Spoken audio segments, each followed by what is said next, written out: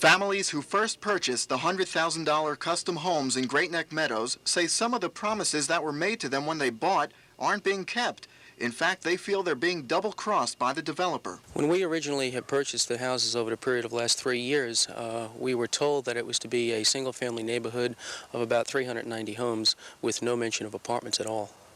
The advertising would lead us to believe that, in addition to the real estate agents that have handled the neighborhood.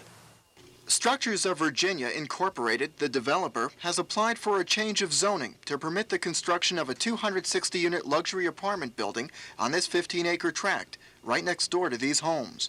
If approved, the building will go up on land, part of which was to have been set aside for a recreation park.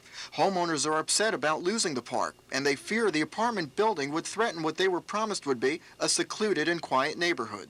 They worry about traffic congestion, overcrowded schools, and declining property values.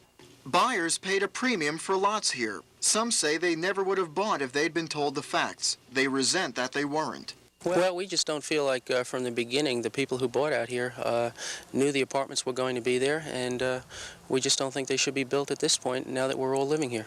Residents here want the city to adhere to its current zoning ordinance and plan, which dictate that the area remain zoned for single-family homes.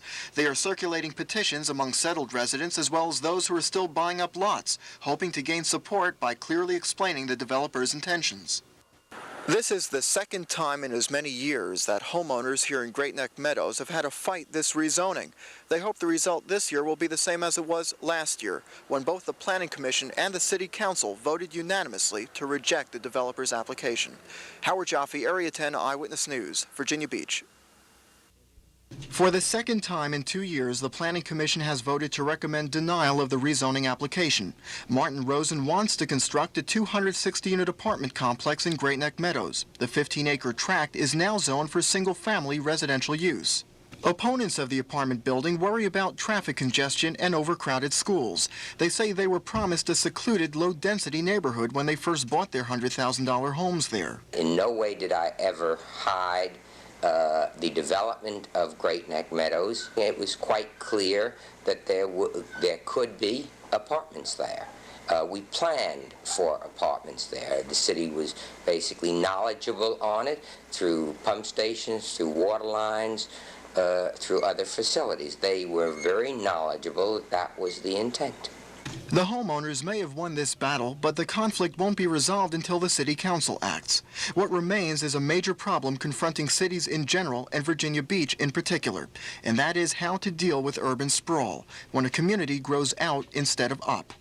Rosen says the beach is falling victim to arbitrary zoning restrictions and ill-conceived land use plans. It is using up its farmland appreciably quickly. They are putting bond issues and other things out to supply services to other areas rather than the dense areas where the populace should live, because that's where they work. At the meeting, speakers praised the design plans for Rosen's luxury apartments and admitted the critical need for such rental properties in the city.